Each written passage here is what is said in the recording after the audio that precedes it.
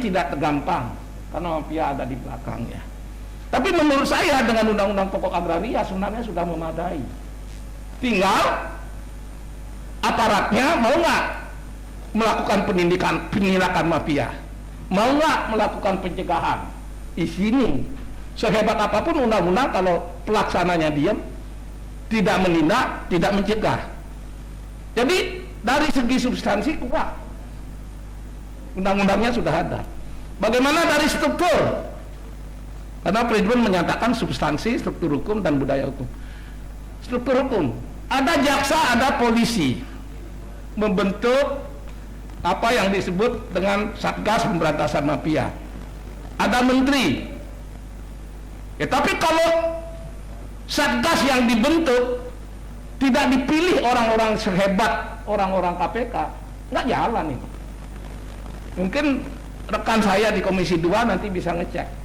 Sesungguhnya polisi yang dijadikan pimpinan Satgas, polisi yang paling tepat atau polisi yang sudah sibuk tapi diberikan tugas nyambi.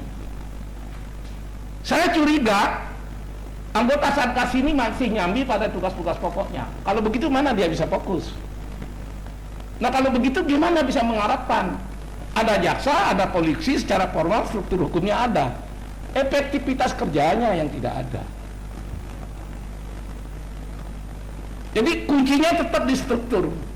Nah, ditambah dengan budaya hukum, kita sudah terbiasa dengan situasi begini. Ibu nggak boleh nyerah, Bu. Budaya hukum kita gampang menyerah karena gizi kita katanya tidak kuat, tidak seperti orang Korea kuat. Kita harus kuat sekarang. Jangan menyerah. Ciptakan budaya baru, kita harus melawan mereka sampai kita berhasil. Nah, terakhir saya harus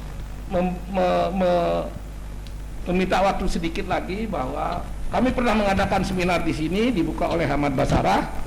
Di situ ada beberapa kesimpulan dan rekomendasi. Kesimpulan tidak saya bacakan, tapi rekomendasi 3 poin saja yang saya bacakan. 1. Keterbukaan informasi atas kepemilikan tanah dan membangun sistem pertanahan yang terintegrasi adalah hal yang mendesak. Yang kedua, efektivitas kinerja Satuan Tugas Pemberantasan Mafia Tanah yang merupakan lintas institusi BPN, Polri, dan lainnya. Ini harus ada yang mengkoordinir. Siapa yang mengkoordinir ini? Polisi misalnya. Yang terjadi, Pak Fredrik, saya punya data, Satgas ini hanya menangani yang viral-viral saja. Yang viral pun dikumpulkan. Ini fakta. Siapa yang mengumpulkan? BPN. Untuk melindungi mafia tanah caranya gimana? Gampang. Kasus yang viral itu disiapkan argumennya, diundang kepolisian dan kejaksaan yang pangkat dan jabatannya belum tentu tinggi. Begitu diundang dia nggak punya data, jaksa dan polisi yang punya data itu BPN. Dia mengatakan yang viral ini sebenarnya nggak ada dasar, rakyat memprotes. Akhirnya dia melindungi mafia itu. Ya pulang-pulang polisi dan jaksa, iya udah, memang nggak ada masalah. Ya tentu saja Anda nggak masalah karena Anda diperangkap. Kenapa mau hadir dengan cara yang begitu? Harusnya bukan BPN yang memimpin pertemuan itu, harusnya polisi yang memimpin pertemuan itu. Yang terakhir, perlu dibentuk peradilan ad hoc untuk menyelesaikan kasus pertanahan khususnya terkait permasalahan mafia tanah. Peradilan umum tidak berhasil, gagal. Tidak lagi dia membuat putusan berdasarkan rasa keadilan yang hidup di masyarakat. Tidak. Begitu rakyat kecil yang berperkara, hukum yang digunakan bukan hukum yang hidup berdasarkan kebutuhan dan yang berkembang di masyarakat. Hukum kita masih bisa dibayar. Hukum kita masih bisa dibeli. Hukum kita masih bisa direkayasa oleh orang-orang tertentu terhadap oknum-oknum hakim tertentu. Itu saja yang bisa saya sampaikan. Terima kasih. Terima kasih Pak Wayan. Mari kita memberikan aplaus bagi Pak Wayan. Berikut Pak Sodik, silakan menyampaikan pandangan terkait tema kita. Ada satu catatan Pak Sodik, tadi ada rekomendasi paling tidak menjadi wacana pembentukan Komisi Pemberantasan Mafia Tanah. Kira-kira dalam draft RUU apakah bisa diadopsi atau seperti apa? Silakan Pak Sodik. Terima kasih moderator Pak Frederick, Pak Petrus, Pak Wayan, terima kasih Pak luar biasa Bu Lili dan teman-teman. Jadi benar apa kata Pak Wayan tadi, kita harus melangkah lebih progresif, lebih reformatif. Kenapa? Karena mafia tanah sudah luar biasa. Fungsi tanah sekarang meningkat, bukan hanya fungsi sosial tapi fungsi investasi, sehingga jika dibiarkan terus-menerus ini kita akan kerepotan. Jadi benar tadi kata Pak Wayan, saya mendukung Pak, mendukung ya, ada komisi khusus seperti KPK pemberantasan mafia tanah. Dan ini adalah ini adalah follow up dari pasal 33 ayat 3 Undang-Undang Dasar 45 bahwa bumi, air dan angkasa sepenuhnya untuk kesejahteraan rakyat. Mafia itu berdasarkan survei kami, satu adalah oknum BPN, itu tidak bisa dibantah. Walaupun kata Menteri hanya dalam satu keranjang ada 1-2 apel yang busuk begitu kan, tapi mungkin apel yang busuknya tidak 1-2 tapi banyak. Satu oknum BPN. Yang kedua Pak Wayan adalah oknum pejabat akte tanah, termasuk pensiunannya. 3 adalah camat, lurah dan pemerintah daerah, itu adalah mafia tanah. Yang keempat rakyat, masyarakat, pokok tanah, ya kan?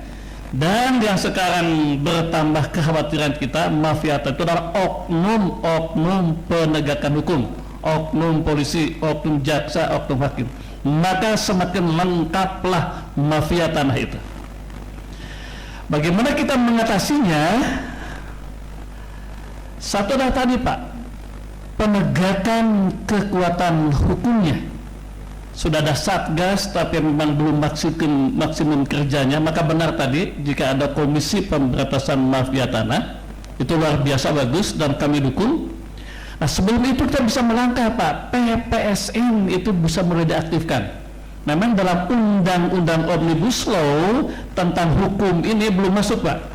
Undang-undang Omnibus Law tentang pertanahan lebih orientasi kepada kemudahan investasi, tapi penegakan hukumnya semacam PPSN, peradilan tanah itu belum masuk. Ya, satu adalah PPSN diaktifkan, yang kedua adalah peradilan pertanahan kita masukkan, dan yang ketiga ini Pak, ide saya di Komisi 2 sebelum nanti kepada Komisi Pemberantasan Mafia Tanah. Jadi kita usulkan Pak Wayan Komisi 1 atau Komisi 3, di kepolisian ada direktorat khusus untuk mafia tanah, kita usulkan di kepolisian. Jadi itu adalah langkah-langkah praktis untuk penegakan hukumnya. Dimulai dengan tadi ada peradilan khusus, yang kedua ada PPSN, penyidik PNS di kementerian, yang kemudian di kepolisian ada direktorat itu. Nah, kemudian nanti lembaganya adalah Komisi Pemberantasan Korupsi. Satu lagi tentang regulasi. Saya beri ilustrasi ya, sampai kemarin kami di Balik masih terus mendapatkan aspirasi tentang undang-undang tindak pidana kekerasan seksual. Sebagai gambaran ya enggak? Kemudian saya jadi berpikir loh setelah dapat undangan teman-teman media, kenapa kita juga tidak nanti Pak Wayan menggelar undang-undang khusus tindak pidana kejahatan tanah gitu Pak.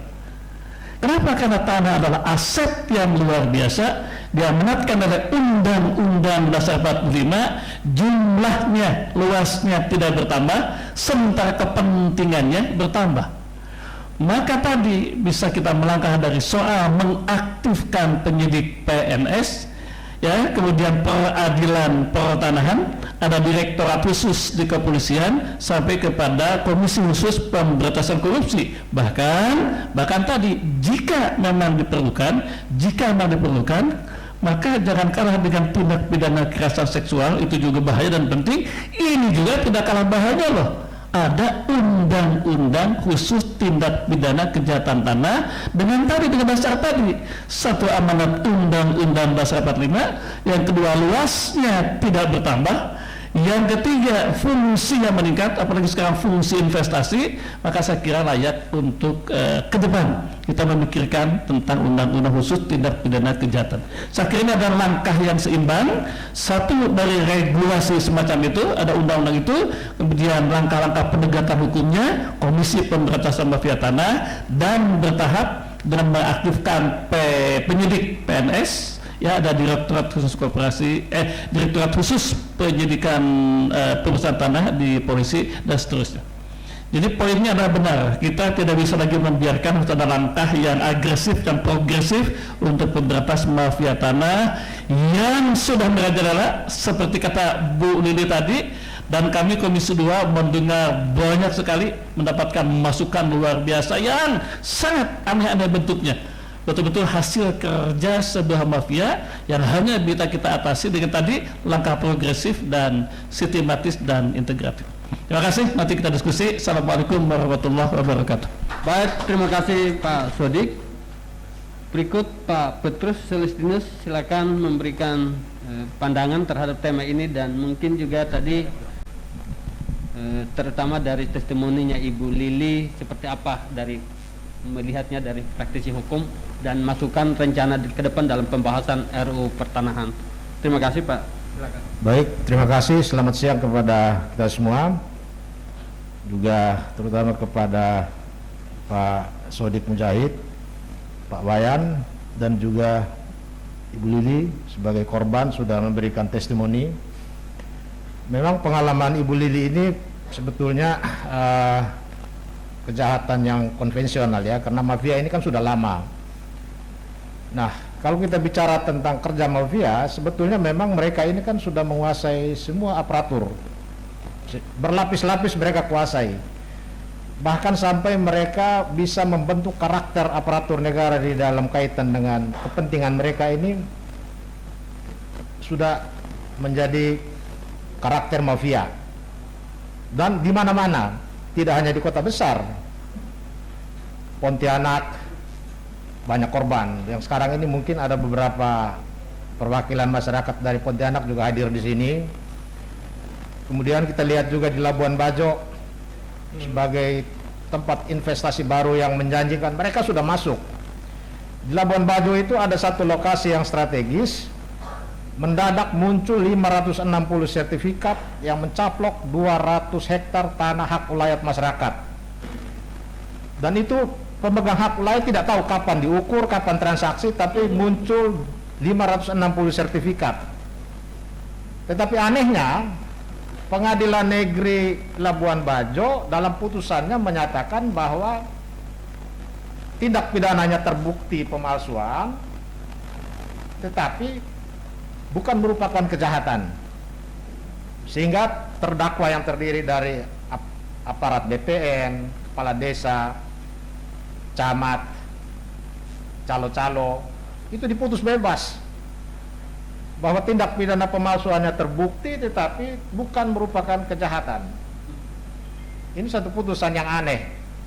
Sementara 560 hektar sertifikat di atas 200 hektar tanah sudah dibagikan kepada 560 nama yang masyarakat di sekitarnya pun tidak tahu ini makhluk dari mana. Nama-nama aneh semua, tidak dikenal di situ. Artinya mafia ini sudah masuk sampai ke pelosok-pelosok.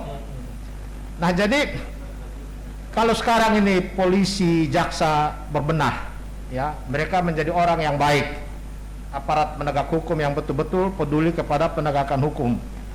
Tapi ketika masuk ke pengadilan, nah ini yang menjadi soal. Karena rata-rata ketika mereka mentok di kepolisian dan kejaksaan, maka pintu terakhir itu pengadilan sebagai tempat untuk melegalisasi praktek mafia mereka. Kita seperti contoh kasus Ibu Lili tadi. Ada 5 putusan di pengadilan negeri. 4 putusan pengadilan negeri, 1 putusan tun sebelumnya, semuanya Ibu Lili memenangkan. Tetapi terakhir digugat ditun oleh perusahaan apa tadi namanya? Bumi Indaraya. Itu malah memenangkan PT Bumi ini dan mengalahkan sertifikat hak milik yang sudah lebih dulu terbit 10 tahun sebelumnya. Coba dibayangkan di atas tanah sertifikat hak milik yang diterbitkan oleh BPN setempat, tetapi dikalahkan oleh hak pakai yang diterbitkan kemudian. Nah, Mabes Polri sudah memberikan rekomendasi ke Polda Pontianak, Kalimantan Barat supaya menindaklanjuti proses pidananya di bawah payung Satgas Pemberantasan Mafia Tanah Mabes Polri. Tetapi di Kalimantan sendiri perjalanannya tersendat-sendat. Ini juga menjadi soal. Artinya mafia tanah di Kalimantan itu sudah punya orang-orang tertentu yang ada di dalam Polda Metro Jaya. Ya, Polda Kalimantan. Padahal Mabes Polri merekomendasikan penanganannya di sana dan di dalam pengawasan Mabes Polri, tetapi ini sudah setahun jalan masih penyelidikan. Penyidik yang ada di Polda Kalimantan Barat itu pun sudah mengeluh, kami ini sudah lengkap, tinggal menunggu perintah supaya ditingkatkan ke penyidikan dan kami tetapkan tersangkanya, tetapi belum ada aba-aba dari pimpinan mereka. Jadi antara semangat penyidik untuk mengungkap mafia tanah dengan kebijakan pimpinan ini tidak ada titik temu. Jadi ada soal di situ. Apakah Kapolda di sana menjadi bagian dari mafia besar yang ada di Kalimantan? Nah, ini juga perlu menjadi perhatian kita semua. Seperti tadi Pak Wayan sudah katakan bahwa korban mafia tanah ini tidak hanya rakyat kecil, pemerintah juga sering jadi korban. Nah, saya ambil contoh kasus gedung Wali Kota Jakarta Barat, gedung Kejaksaan Negeri Jakarta Barat, bahkan hampir-hampir tanah Kodim Jakarta Barat, karena itu letaknya berderetan. Wali Kota Jakarta Barat, Kejaksaan Negeri Jakarta Barat jatuh ke tangan swasta. Jadi hak guna bangunan milik Wali Kota pemerintah daerah dan Kejaksaan Negeri Jakarta Barat kalah dengan surat keterangan lurah. Coba kita bayangkan bagaimana dengan begitu mudahnya milik negara jatuh ke tangan swasta hanya melalui putusan pengadilan. Jadi pengadilan ini menjadi titik paling lemah ketika kita bicara tentang pemberantasan mafia tanah. Jaksa dan polisi mungkin garis komandonya jelas ya, presiden bisa instruksikan berantas. Tetapi presiden tidak bisa memerintahkan hakim atau Mahkamah Agung supaya ikut juga tunduk kepada perintah presiden. Nah, kesulitan kita sekarang ini mengintervensi kekuasaan peradilan itu kan dilarang oleh undang-undang. Larangan inilah yang membuat hakim-hakim kebanyakan seenaknya memutus ya, termasuk seperti yang dialami oleh Ibu Lili, termasuk seperti yang dialami oleh pemerintah DKI Jakarta yang aset-aset Pemda sudah banyak jatuh ke tangan swasta hanya dengan manipulasi administrasi. Karena kita tidak bisa masuk sampai kontrol sampai ke lembaga peradilan. Jadi mafia tanah ini sudah selain mereka berhasil membentuk karakter aparatur yang betul-betul terkait dengan kepentingan mereka sudah menjadi mafia semua. Tetapi mereka juga menjaga, mereka punya jaringan di lembaga peradilan ini yang sulit kita terobos. Jadi saya sepakat dengan apa yang dikatakan oleh Pak Wayan dan juga Pak Sodik tadi, bahwa perlu ada satu lembaga yang secara independen, sekuat dan segagah KPK khusus menangani masalah pertanahan ini. Karena ini langsung menyangkut hayat hidup masyarakat kecil di bawah. Dengan perkembangan kota yang begitu pesat, harga tanah semakin meningkat, rakyat kecil semakin gigit jari. Ibu Lili ini sudah pontang-panting ke semua institusi dan berharap melalui forum ini, seperti tadi juga Pak Wayan sudah pesan, supaya jangan sampai forum ini juga setelah itu masuk angin, kita berhenti di diskusi lalu hilang, tapi harus ada tindak lanjut. Bagaimana cara menindaklanjutinya, ya mungkin perlu dirumuskan bersama supaya media center ini juga menjadi pintu alternatif untuk menerobos kebekuan, ya kesulitan harus kemana lagi, karena semua sudah disurati. Menko Polhukam pun sudah disurati, Menko Polhukam pun sependapat dengan surat dari Ibu Lili bahwa ini adalah praktek perampasan tanah oleh orang kuat di sana, tetapi pemerintah tidak bisa menindaklanjuti karena sudah masuk proses peradilan. Inilah yang membuat di lembaga peradilan ini mafia berpesta pora bersama oknum-oknum hakim. Mafia berpesta pora dengan ya pengadilan negeri, pengadilan tata usaha negara, pengadilan tinggi, sampai Mahkamah Agung mereka kuasai. Jadi ketika kita terjebak dalam proses perkara, itu tinggal menghitung hari. Kita tinggal menghitung hari. Ibu Lili sudah berusaha untuk jangan terjebak dalam proses perkara, tetapi karena digugat ya mau tak mau harus menghadapi. Dan faktanya dikalahkan. Sertifikat yang sudah dimiliki bertahun-tahun, bahkan dapat ganti rugi karena pembebasan pekerjaan jalan oleh pemerintah, dia dapat ganti rugi. Kok sekarang dimenangkan oleh sertifikat hak pakai yang proses penerbitannya pun tidak beres menurut penjelasan dari BPN di Pontianak sana. Jadi kita berharap supaya ya harapan sekarang satu-satunya ya di DPR, di Komisi 3, Komisi 2 supaya berikan perhatian khusus terutama proses penyidikan yang sudah macet di Polda Kalimantan Barat dan juga Bareskrim supaya ada perhatian khusus karena korbannya cukup banyak. Korbannya cukup banyak karena di atas lokasi ini akan dibangun mall. Yang punya mall itu ya yang punya perusahaan tadi yang disebut oleh Ibu Lili tadi, Bumi Indonesia Raya atau Bumi Raya Indonesia itu? Bumi Raya Indah. Bumi Indah Raya. Saya kira itu saja. Terima kasih. Baik, terima kasih. Saya kira sudah kita dengarkan 4 pembicara harapan-harapan bahwa Prestum ini menjadi media untuk opsi atau alternatif mencari keadilan hal-hal terutama salah satunya mafia tanah.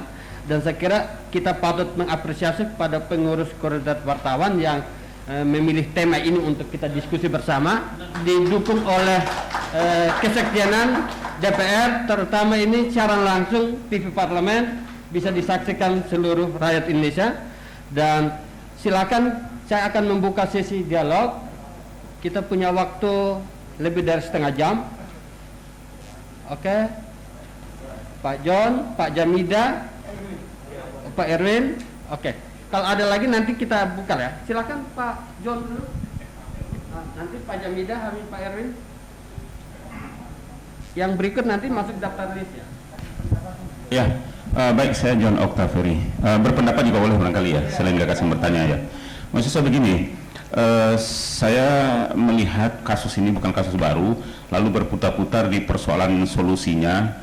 Nah, saya melihat ada satu hal, mungkin ini agak konyol pendapat saya. Rata-rata anak hukumnya IQ-nya bagus-bagus, perguruan tingginya bagus, dia lari ke swasta. Yang biasa-biasa saja, banyak menjadi pegawai negeri. Jadi nggak seimbang, rata-rata mereka lebih pintar di luar itu. Sehingga kalau jadi mafia, mereka menjadi mafia beneran. Jadi mereka jago, data, ya mereka memang orang-orang hebat gitu loh. Nah, menurut saya adalah apa yang ingin saya sampaikan adalah, bisa nggak kita melakukan untuk aparat-aparat hukum kita ini pembuktian terbalik atas kekayaannya, lalu diberi hukuman tinggi dan berat atas tindakan kesalahan terhadap mereka dengan menaikkan gaji dengan konsekuensi seperti tadi, sehingga orang anak-anak muda pintar hebat-hebat senang untuk mengambil jabatan-jabatan hukum yang menjadi pegawai negeri, sehingga mereka tidak bisa dikalahkan oleh pihak swasta, katakanlah mafia-mafia tadi. Seperti kasus ibu misalnya, saya yakin orang itu hebat-hebat di belakang itu. Sementara hadapan saya maaf saja pendidikan yang sangat rendah itu loh, memalukan. Nah, kompensasi atas kerendahan pendidikan mereka dengan ketidakmampuan mereka, memang kompensasikan diri mereka dengan kekayaan. Kekayaan ini adalah aktualisasi mereka. Karena kan kaya, mereka tidak terlalu lecehkan. Kalau enggak, ya mereka pendidikan biasa-biasa saja. Mereka sering kalah kok. Dan dalam kasus apapun, mereka sering kalah. Jadi masa itu ada satu ide, dan itu ujungnya adalah saya setuju dengan Pak Sudirta tadi bahwa perlu ada Komisi Pemberantasan Mafia Tanah. Nah, ini jangan seperti kita tiru juga di KPK nanti. Harus orang-orang yang hebat. Hukum terbaik, apa perlu gaji 100 juta juga nggak apa-apa, 100 juta orang ini. Tapi mereka selesai dengan dirinya, jangan mau nego. Nah, orang ini orang terbaik. Sebaliknya kalau melakukan kesalahan, mereka hukum mati aja. Berani nggak nantang itu? Dan ambil IP terbaik, kualitas terbaik dari fakultas lulusan fakultas hukum terbaik. Jadi ada satu solusi yang clear gitu. Kalau nggak, kita kan berputar-putar di sini. Kasus ibu itu, waduh, udah ribuan bu, di daerah saya juga banyak bu. Dan panjang urusannya pokoknya. Nah, begitu bermasalah, orang pintar pasti lebih menang daripada orang bodoh. Itu aja kesimpulan saya. Nah, ini ide saya aja. Jadi kembali saya setuju dengan Komisi Pemberantasan Mafia Tanah tadi, termasuk juga Undang-Undang Tindak Pidana Kejahatan Tanah. Tapi berikanlah kesempatan itu kepada orang-orang terbaik di Republik ini. Itu aja Pak, makasih. Silakan Pak Jamida. Berikut Pak Erwin ya.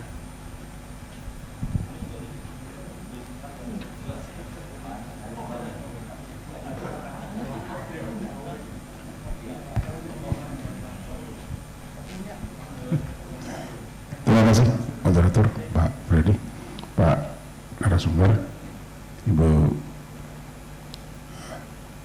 Pak Wawan dan Pak Petrus dan Pak Sodik. Saya sebenarnya sependapat dengan teman tadi, John. Tadi sudah dijelaskan narasumber dan Ibu bahwa permasalahan tanah ini, mafia tanah ini bukan hal baru. Wartawan pun dan keluarganya ada korban kok. Ada. Tadi sudah diungkapkan Pak Wayan, Pak Petrus, Pak Sodik. Ada yang terlibat. Oknum TNI kayak, maaf, jaksa, bukan TNI ya, jaksa dan polisi. Ya, ada terlibat. Dan yang paling banyak terlibat adalah oknum BPN. Oknum BPN. Yang saya tanya, apa yang kita lakukan? Tadi Pak Wayan dan Pak Petrus mengatakan wartawan berbuat, bikin surat ke Kapolri. Itu percuma itu, kalau hanya surat begitu, nggak ada artinya itu. Dikirim, dibuang. Kenapa? Karena wartawan itu tugasnya, fungsinya hanya memberitakan kok, memberitakan, bukan eksekutor. Nah, sekarang saya kembali bertanya, DPR, apa yang kita lakukan? Tadi dibentuk komisi usulan komisi pemberantasan mafia tanah. Good, kita tunggu kapan itu terrealisasi. Kalau sudah terrealisasi, kalau belum, kita harap Pak Wayan, Pak Sodik, oh ini gagal karena bisa begini, kendalanya sini. Tuh Pak, sekali lagi, apa kita tunggu tindakan reaksi dari DPR tentang ini, khususnya Komisi 3 dan mungkin Komisi 2. Terima kasih.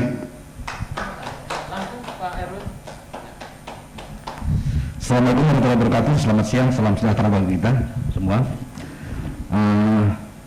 Yang pertama-tama saya ucapkan saya sangat terharu dengan apa yang dinyatakan Bu Lili. Tapi saya juga ingin memberikan support.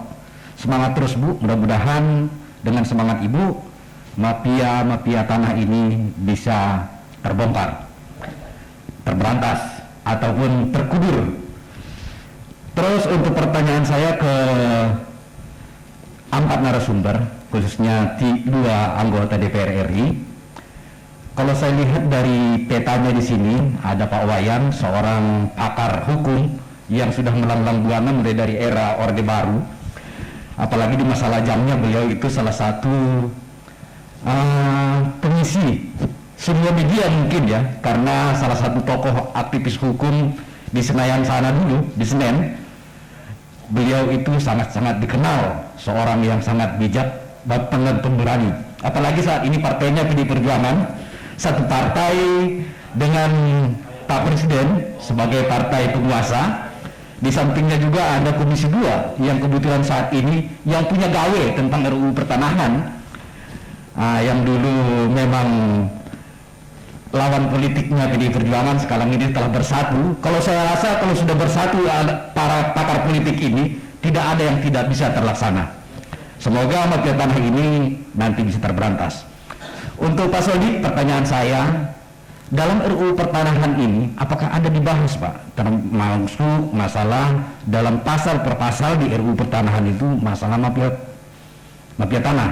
Terus yang kedua, apakah sudah ada itu dimasukkan di situ rencana untuk pembentukan komisi seperti apa yang diusulkan Pak Wayan, Komisi Pemberantasan Tanah?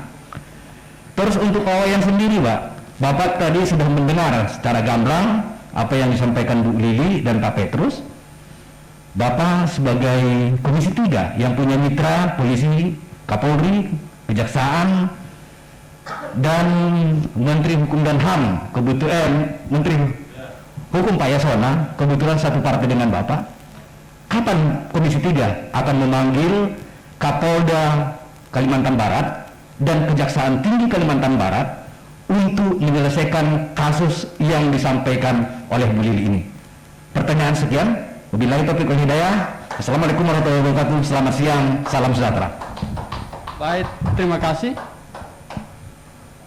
Masih ada atau? Oh ya. Oke. Dua ya. Pak Birma, habis itu yang ini yang tengah ya. Oh ya. Tobias. Oke. Siap. Ada. Terima kasih.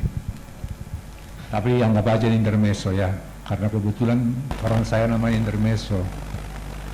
Jadi sebetulnya terlalu banyak pihak yang diberi hak, yang diberi wewenang untuk memberi hak kepemilikan tanah ini. Itu banyak yang cawe-cawe. Kan mestinya kan untuk membuatkan strata title itu cukup BPN. Tetapi kenapa mesti ada? Bayangkan kalau ada SK Presiden habis semuanya itu. Ada SK Gubernur penunjukan tanah, pemilikan tanah, habis itu yang lain itu. Jadi memang kita nggak tertib, serba nggak tertib semua. Jadi kalau dikatakan mafia itu ya kita semua mafia. Oleh karena itu tertibkan mafia itu dengan undang-undang. Mestinya DPR bisa membuat undang-undang. Bisa semua diatur bahwa katakan misalnya bahwa untuk persertifikatan tanah itu hanya BPN, hak itu hanya dengan sertifikat. Misalkan bisa nggak begitu? Sekarang kan mas di dalam undang-undang hanya dikatakan bahwa hak tertinggi dari pemilikan tanah itu adalah sertifikat. Hanya begitu. Berarti masih ada kalau ada SK Presiden, masih ada bisa SK Gubernur, ada pengadilan. Jadi sederhana saja, buatkan bayangkan aja apa kata Menteri Keuangan. Andaikan karena nggak ada strata title itu, andaikan misalnya cucunya Daendels ya menggugat bahwa istana punya kakek gua, nenek moyang gua katanya, selesai kita. Kan mestinya kalau ada undang-undang hanya persertifikatan dia dilakukan oleh BPN, hak yang lebih yang diakui ada itu. Tapi dengan sekarang itu bisa. Mohon DPR buatkan undang-undang. Toh kan DPR kan jarang membuat undang-undang sekarang ini. Ya, produktivitasnya sangat rendah. Masa bikin undang-undang untuk BPN? Jangankan undang-undang BPN ya, mengenai undang-undang undang-undang KUHP aja susah. Memang DPR juga perlu juga dikritik ini. Makasih. Ya, mari. Kita dengarkan terakhir dulu ya. Saya tidak cerita, Pak. Saya singkat padat aja, ya. Saya berterima kasih kesempatan yang diberikan kepada saya untuk bicara. Nama saya Tobias Randi dari Pontianak. Saya datang ke sini ketemu dengan sahabat saya, satu rekan kerja, satu profesi. Saya praktisi hukum, membawa kasus dugaan mafia tanah juga. Tapi saya tidak cerita kasusnya di sini. Saya sangat berterima kasih, ya. Dan apa yang akan dilakukan oleh DPR RI masalah undang-undang baru tentang agraria, tentang pertanahan, ada satu hal yang saya lihat di KUHP kita itu, khusus masalah tanah itu disinggung di pasal 385, stelionat bahasa Belandanya, penggelapan barang tetap, itu sudah tidak sesuai lagi. Karena kalau orang, ya, kalau seseorang mensertifikatkan tanah di atas tanah yang sudah disertifikatkan orang lain, sertifikat yang sudah sah, yang dilakukan oleh BPN itu tidak termasuk di dalam undang-undang itu.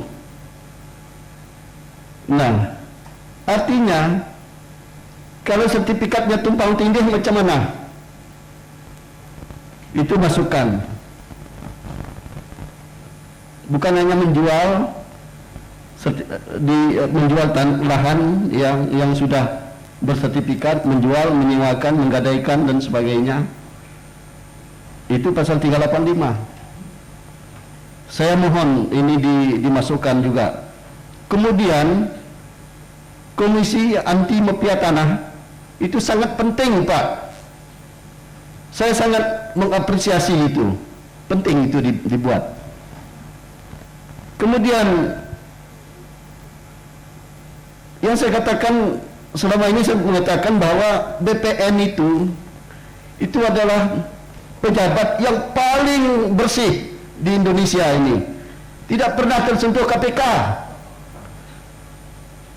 Saya mau tanya, kapan KPK menyentuh orang-orang BPN? Padahal mereka kaya raya loh. Dari mana asal itu semua? Malah yang kena DPR RI malah bisa kena. Kemudian ya, komisi tentang perlakuan hakim ini untuk menilai hakim, putusan hakim. Ini putusan hakim ini kadang-kadang sangat banyak yang saya mengalami sendiri. Banci keputusan hakim yang seperti yang dialami oleh Ibu Lili. Bagaimana bisa seorang hakim memutuskan membenarkan seseorang yang tidak punya warga tanah? Itu yang dimenangkan. Bumi Indah Raya ini tidak punya warga tanah di situ, tidak teridentifikasi, tetapi dia dimenangkan. Saya tahu, walaupun saya bukan pengacara beliau, tapi saya mendalami kasus ini sehingga saya banyak komentar juga di surat kabar. Itu masalahnya. Jadi saya tahu persis kasusnya. Banyak kasus yang lain sebenarnya yang dilakukan Bumi Indah Raya ini dan mendapat perlindungan dari pusat. Saya tidak usah sebutkan. Terima kasih. Ya, komisi sangat penting, Pak. Tadi masukan-masukan itu, saya mohon ini benar-benar ada komisi anti mafia tanah. Itu sangat penting. Mohon dimasukkan. Ya, terima kasih. Terima kasih Pak Tobias. Terima kasih buat teman-teman yang bertanya, berkomentar, memberi masukan pada kita semua. Kita efektifkan Pak Wayan dulu ya, merespon. Habis itu Pak Sodik, Pak Petrus, dan terakhir Ibu. Ya, silakan Pak Wayan. Iya, terima kasih semuanya.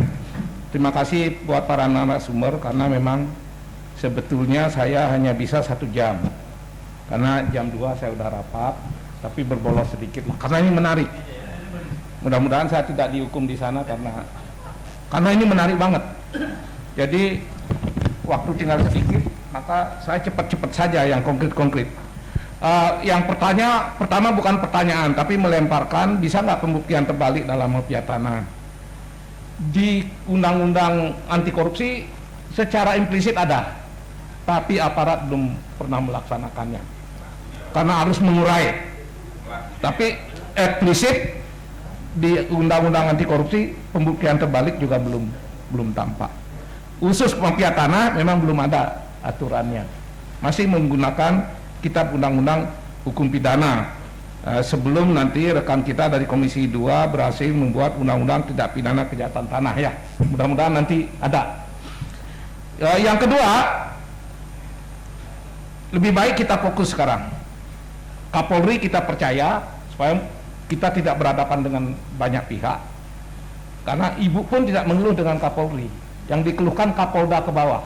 Betul apa tidak? Betul. Kapolri kita dukung, Jaksa Agung kita dukung, Menteri kita dukung. Dukung untuk apa?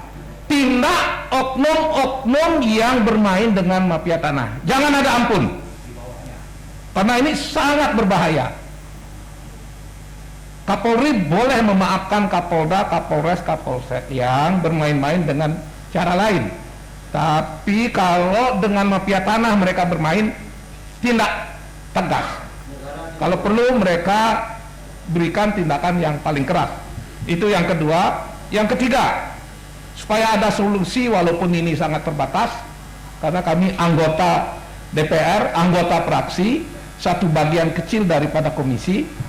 Yang saya anjurkan adalah jika Pak Petrus, jika wartawan nanti beraudiensi ke Komisi 2 dan Komisi 3 apalagi gabungan, saya tolong diberitahu agar saya bisa menerima Anda. Nanti kita lihat tindak lanjutnya.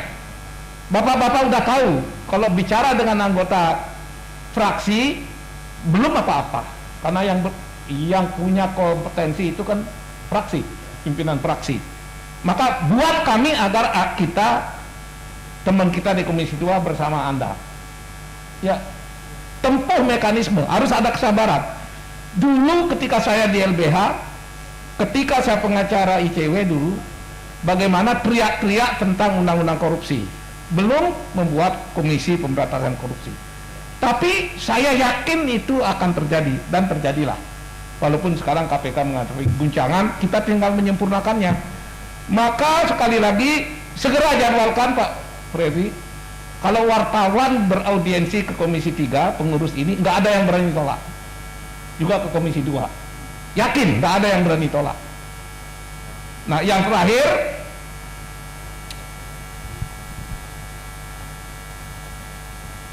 kalau mau membuat undang-undang, nanti rekan kita yang menjawab, kan panjang banget ini, panjang, prosedurnya panjang, mainnya di prolegnas macam-macam, mencari aspirasi, kesepakatan dulu, macam-macam lah. Tapi sekali lagi, walaupun undang-undang nggak terbentuk, apa yang bisa dilakukan oleh Pak Frederick? Kalau Komisi 3, kalau didatangi pasti nggak menolak. Nanti kalau merasa macet, bisik-bisiklah dengan saya, agar Anda diterima oleh Komisi 3 atau pimpinan Komisi 3. Itu aja yang saya bisa sampaikan. Sebenarnya saya mau pamit, tapi saya menunggu juga jawaban teman-teman, biar bolosnya sama sedikit di sana. Mudah-mudahan saya tidak kena tegur, karena saya ingin akhir dari pertemuan ini ada kesimpulan apa yang Pak Frederick akan lakukan ini. Terima kasih. Terima kasih. Kita memberikan aplaus sekali lagi pada Pak Wayan. Lanjut Pak Sodik. Pak John, tadi sudah jelaskan oleh Pak Wayan tentang pembuktian terbalik, dan kami setuju, dan kami juga setuju Pak tadi memberikan insentif yang layak. Saya ingat Pak dulu Telkom ya Pak ya, itu buruk gajinya, tapi cacuk masuk, dinaikkan berkali lipat dan kinerja jadi bagus, tapi tentu dengan pengawasan yang bagus. Pak Bin, jadi kami akan memfollow up ini baik dari sisi regulasi ya, kemudian dari sisi anggaran dan juga dari sisi pengawasan. Pengawasan tadi ada yang konkret ya, jadi direktorat di kepolisian sebelum ada komisi, saya pikir bisa kita kembangkan di kepolisian itu. Kemudian nomor 3, mohon maaf tadi tercatat namanya, jadi dalam undang-undang pertanahan, rancangan undang-undang pertanahan itu satu ada sanksi pidana, ini yang tidak terakomodasi dalam undang-undang Omnibus Law.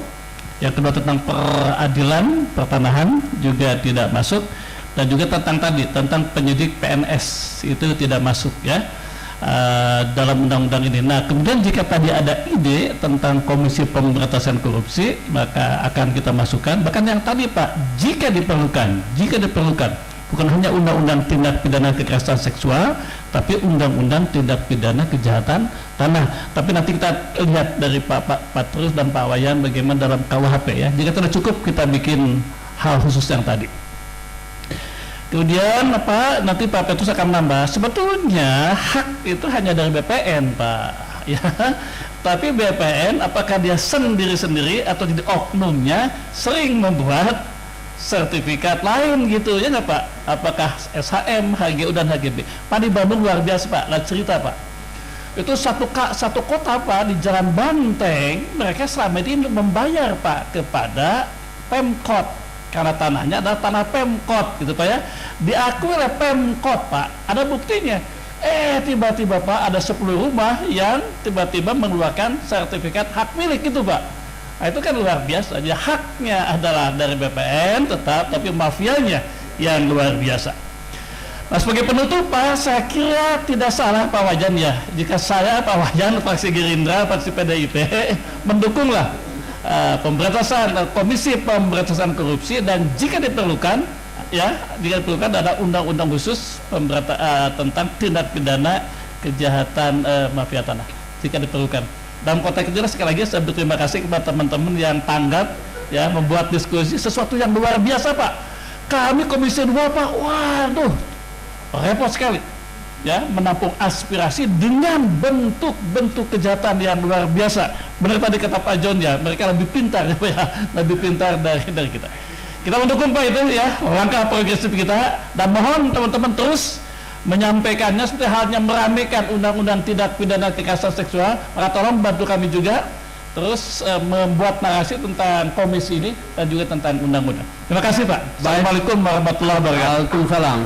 Terima kasih Pak Sodik. Langsung Pak Petrus memberikan sekalian closing statement. Terima kasih. Jadi kita ini kan sebagai masyarakat dan kami juga akan menyatu dengan media center DPR seperti yang ditawarkan Pak Wayan tadi, Pak Sodik juga, supaya kita segera membuat semacam permohonan perlindungan hukum ke Komisi 2 dan Komisi 3 melalui mekanisme DPR yang pasti harus kita tempuh walaupun waktunya juga agak lama. Tetapi teman-teman wartawan di media center ini dan masyarakat, dalam hal ini kebetulan yang datang ini dari Kalimantan Barat, mungkin juga di tempat-tempat lain kita akan koordinasikan supaya menjadi satu, supaya dalam waktu dekat ini ada dialog antara kita dengan Komisi 3 dan Komisi 2. Saya kira kami berterima kasih sekali atas kesediaan dari Komisi 3 atau melalui tawaran Pak Wayan tadi dan juga Pak Sodik, ini menjadi kerjasama ke depan yang lebih baik. Terima kasih. Terima kasih. Terakhir Ibu Lili, apa yang mau disampaikan terakhir? Saya mengucapkan banyak terima kasih kepada Bapak Dewan dan kawan-kawan media yang mendukung saya dan mengawal saya mencari keadilan. Terima kasih. Terima kasih. Kita memberikan aplaus pada 4 pembicara yang luar biasa menggeser agenda lain demi tema ini. Terima kasih Pak Wayan, Pak Petrus dan Pak Sodik, juga Ibu Lili. Kalau diharapkan beberapa catatan. Satu, ini isu besar, mohon dukungan teman-teman kita semua pers untuk menyuarakan aspirasi. Sebagian dari harapan Pak Wayan tadi sudah terjawab dengan kesedihan Pak Sodik akan memperhatikan ini. Jadi akan ringan tadi beberapa PR ya, Pak Erwin ada pengurus di sini. Terus berikut ini akan saya kira tadi harapan Pak Petrus bisa menjadi catatan untuk ditindaklanjuti dalam bentuk RDP atau apa dalam bentuk lain sesuai dengan mekanisme tata tertib DPR. Audiensi dengan pimpinan fraksi, audiensi dengan pimpinan komisi ataupun komisi, saya kira itu akan ditindaklanjuti ke depan. Mudah-mudahan berbagai persoalan ini segera kita berakhiri dengan sejumlah langkah strategis yang kita bahas bersama. Saya kira itu kita akhiri. Wassalamualaikum warahmatullahi wabarakatuh.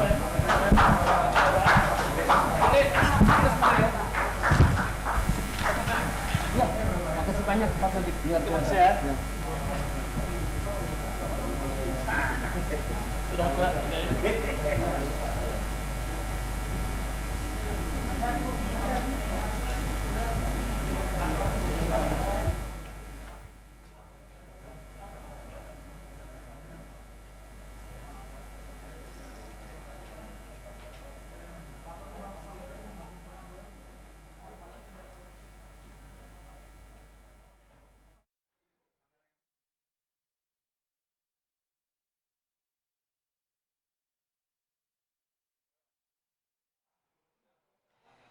Ya, pemirsa, tadi terkait dengan bagaimana forum legislasi, terkait dengan bagaimana komitmen DPR RI memberantas mafia tanah. Pak Sodik Mujahid, anggota Komisi 2 DPR RI dari fraksi Partai Gerindra.